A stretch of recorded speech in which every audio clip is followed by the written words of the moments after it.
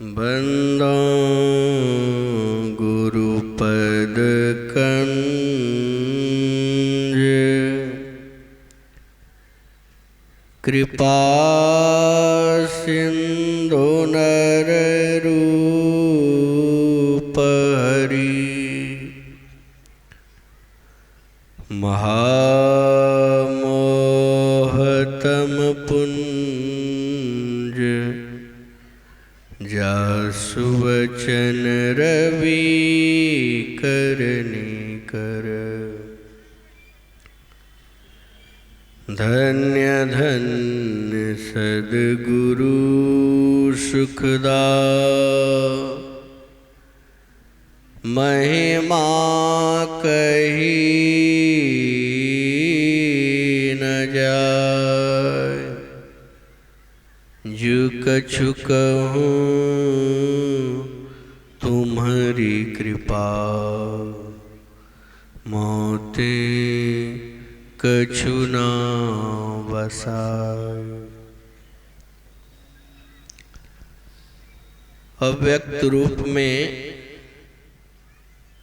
कन कन में विराजमान 20वीं शताब्दी के महान संत प्रातः स्मरणीय अनंत श्री विभूषित परम पूज्य महर्षि में ही परमहंस जी महाराज के श्री चरणों में कोटि कोटि बार प्रणाम। व्यक्त रूप में अपने निवास में विराजमान पूज्यपाद गुरु सेवी स्वामी भगीरथ दास जी महाराज के श्री चरणों में कोटि कोटि बार प्रणाम। मंच पे विराजमान स्वामी नरेशानंद जी महाराज, स्वामी घनश्याम बाबा, स्वामी रामोतार बाबा, स्वामी अर्जुन बाबा, हमारे गुरु भाई स्वामी सर्वेश बाबा, मुद मंगलमय संत समाज, सत्संग में आए हुए सत्संग प्रेमी महानुभाव, भक्ति मती माता एवं करुणामयी बहन। अभी हम लोग सत्संग योग से पाठ को श्रवण किए। उसमें हम लोग सुने इस हाथ से परमात्मा को छू नहीं सकते, इस कान से परमात्मा का शब्द नहीं सुन सकते, और इस आंख से परमात्मा को देख नहीं सकते, और इस नाक से परमात्मा का सुगंध दुर्गंध नहीं ले सकते, और इस जी के द्वारा परमात्मा का स्वाद नहीं ले सकते। हम लोग सुने ओम सयोजतः उर्गायस्य ज्योतिम वृथा कीडमतम मिमते नागावः परिनसम क्रीणते तिग्म सिंगो दिवा हरि दर्शे नत मृगजर। हाथ पैर गुदा लिंग रसना कान त्वचा आंखें मन बुद्धि आदि इंद्रियों के द्वारा ईश्वर को प्रत्यक्ष करने की चेष्टा करना झूठ ही खेल करना है, क्योंकि वह इनसे नहीं जाना जा सकता। वह तो इंद्रियातीत, इंद्रियों से परे। जैसे आपको अगर यदि बुखार लग जाए तो भोजन खाने की इच्छा करता है, रुचि लगता है। अगर यदि आपको सर्दी हो जाए तो नाक से, जिस नाक से आप सुगंध लेते हैं, दुर्गंध लेते हैं, तो आपको सुगंध दुर्गंध नहीं मालूम पड़ेगा। किन्हीं का कान खराब हो जाए, कान खराब हो जाता है, इस कान से सुन नहीं सकता है। किन्हीं को आंख खराब हो जाता है तो इस आंख से दिखाई नहीं पड़ता। तो कहते हैं कि परमात्मा जो है इंद्रियों से परे। इस आंख से परमात्मा को नहीं दे सकते, कैसे देखेंगे? गुरु महाराज जी लिखते हैं चेतन आत्मा के द्वारा उस परम प्रभु परमात्मा को प्राप्त कर। संत कबीर साहब के वाणी में आप लोग सुने, संत कबीर साहब से एक भक्त प्रश्न करते हैं कि बाबा अगम अगोचर कैसा, परमात्मा कैसा है? संत कबीर साहब उनको समझाने का प्रयास करते हैं, जो दिशे सो तो है नहीं, है सो कहा न जाई, परमात्मा है लेकिन दिखता नहीं है, दिखता है लेकिन वाणी का विषय नहीं है सो कहा न जाई। सैना बैना कह समझाऊं गूंगे का गुरु भाई। जैसे गूंगे व्यक्ति हैं उनको आप गुड़ खिला दें, मिठाई खिला दें और उनको पूछें कि गुड़ कैसा लगा तो आपको कहेंगे ऊ करके समझाएंगे। अगर यदि कोई व्यक्ति बोलते ही हैं आप उसको मिठाई खिलाइए और उसको पूछे कैसा लगा तो कहेगा मीठा लगा, मीठा लगा, मीठा लगा। आप उनको पूछिए कि मीठा कैसा होता है तो वो आपको एक ही शब्द में कहेगा, आप खा के मालूम कर लीजिए। ठीक उसी प्रकार परमात्मा जो है वाणी का विषय नहीं है। एक गूंगे, एक सूरदास बाबा रहते। सूरदास बाबा गांव से बाहर झोपड़ी बना के साधन भजन करते थे। एक व्यक्ति जाते हैं सूरदास बाबा के पास आमंत्रण देने के लिए, निमंत्रण देने के लिए जाते हैं। कहते हैं बाबा कल मेरे यहाँ 12 बजे भंडारा है, उस भंडारा में आपको सम्मिलित होना है। मैं सभी जगह आमंत्रण दिया और आपको भी देने के लिए आया।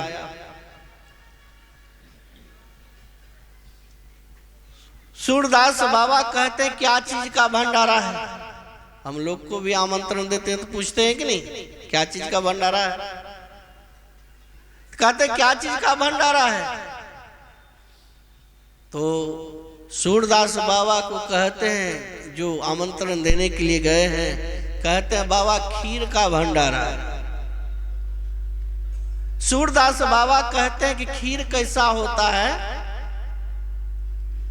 अब जो जन्मांध है, जन्म से अंधे हैं, वो पूछ रहे हैं कि खीर कैसा होता है।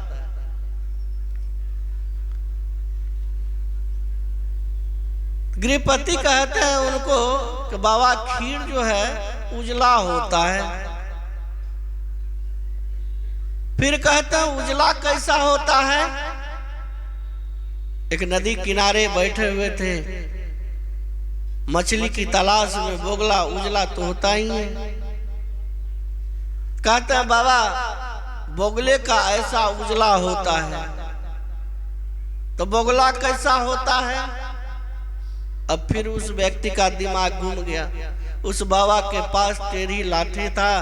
कहते हैं बाबा इस लाठी का ऐसा टेढ़ा होता है बोगला।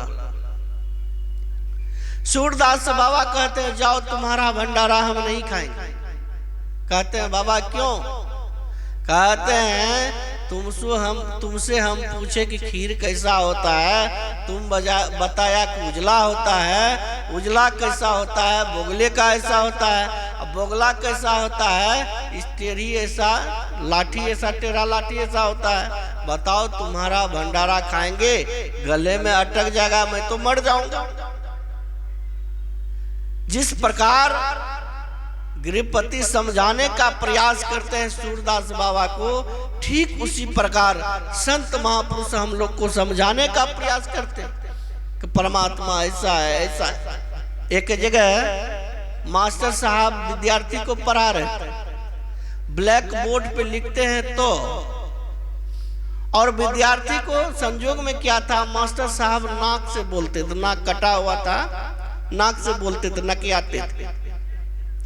ब्लैक बोर्ड पे लिखते हैं तो, और मास्टर साहब उच्चारण करते हैं को का। विद्यार्थी को कहते हैं पढ़ो, ये को है। विद्यार्थी को बोल देते हैं, मास्टर भी बोल दिए को।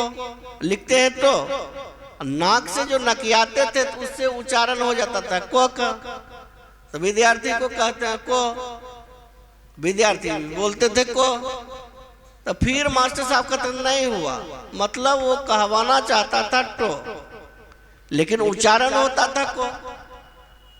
तो वाणी से कहते हैं कि वाणी से जो है उससे उच्चारण नहीं होता है। ठीक उसी प्रकार वाणी का विषय परमात्मा नहीं। इसके लिए क्या करना हो? परमात्मा के लिए हम लोग भटकते फिरते बाहर में हैं, जगह जगह भटकते फिरते रहते हैं। लेकिन जितने भी संत महापुरुष हो गए कहते हैं परमात्मा आपके अंदर है, परमात्मा को खोजने के लिए बाहर भटकने का जरूरी नहीं है। एक सेठ जी थे, सेठ जी सभी तीर्थों में गए और उनको परमात्मा कहीं नहीं मिला, और घर में आते हैं उदास होके सो गए। मन ही मन विचार करने लगे कि हम तो सभी तीर्थों में गए, परमात्मा कहीं मिला नहीं। उनके मन में आया कि भगवान बुद्ध से पूछा जाए। भगवान बुद्ध के शरण में गए, भगवान बुद्ध के चरणों में प्रणाम करते हैं, कहते हैं भंते मैं सभी तीर्थों में गया, जग किया, लेकिन परमात्मा तो कहीं मिला नहीं। भगवान बुद्ध कहते हैं कि कल तुम शाम के समय आना और मैं जगह बता दूंगा कि परमात्मा कहाँ रहता है। और जो समय बताए थे सेठ जी पहुंच गए। देखते क्या है, संध्या का समय है। भगवान बुद्ध झोपड़ी के बाहर, कुटिया के बाहर कुछ ढूंढ रहे हैं। तो सेठ जी के मन में हुआ कि भगवान बुद्ध का कुछ खो गया है, खोज रहे हैं। फिर सेठ जी के मन में हुआ कि भंते अगर यदि आपका कुछ खो गया है तो आप बताइए, मैं भी सहायता करूंगा। भगवान बुद्ध कहते हैं देखो जी, एक मेरा मोती खो गया, उसी को मैं ढूंढ रहा हूं, खोज रहा हूं। भंते के साथ में जो है सेठ जी भी खोजने लगा। और कुछ देर के बाद जब अंधेरा हो जाता है तो भगवान बुद्ध एक शिला पर बैठ जाते हैं और चिंतन करने लगते हैं। भगवान बुद्ध से सेठ जी कहते हैं भंते आप जो खोज रहे थे मिला नहीं। थोड़ी देर के बाद भगवान बुद्ध कहते देखो जी, जिस मोती को मैं खोज रहा था झाड़ी में, अब मुझे ख्याल में आया वह मोती मेरे कुटिया के अंदर मैं बांध के गांठ में बांध के रख।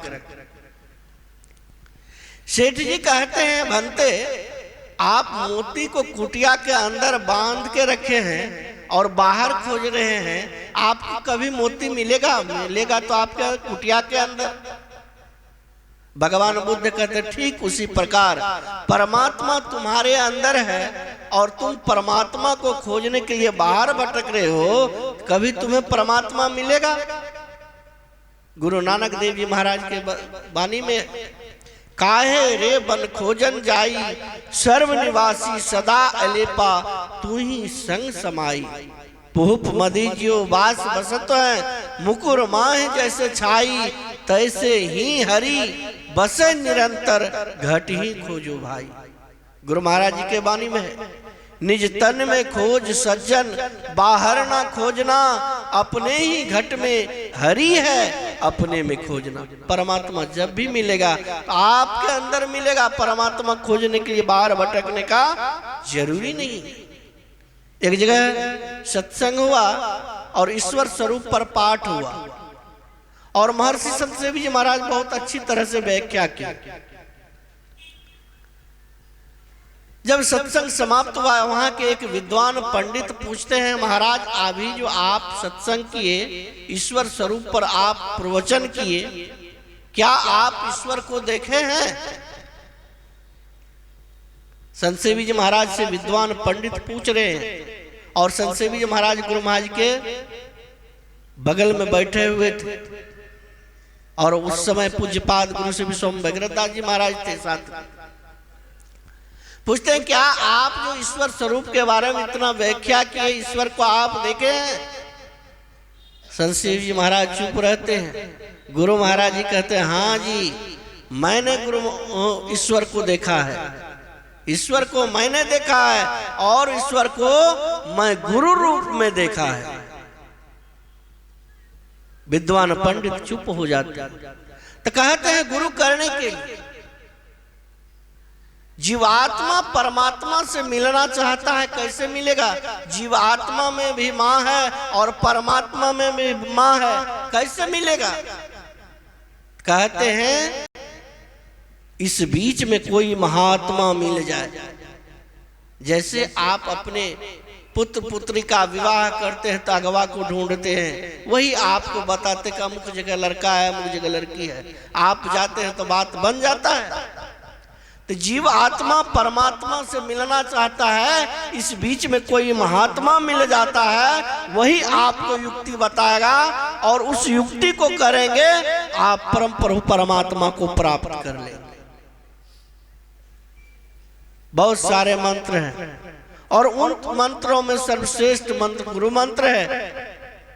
एक नाम का जप करें, नाम संबंधी रूप का ध्यान करें, सुन ध्यान करें और अंत में नादान संधान क्रिया द्वारा उस परम प्रभु परमात्मा को प्राप्त करें। इन्हीं शब्दों के साथ मैं अपने वाणी को विराम देता हूँ। बोलिए प्रेम से श्री सद्गुरु। आप लोग बहुत धीरे धीरे बोलते हैं, जितना ठंडी आप लोग मानते हैं उतना ठंडी है।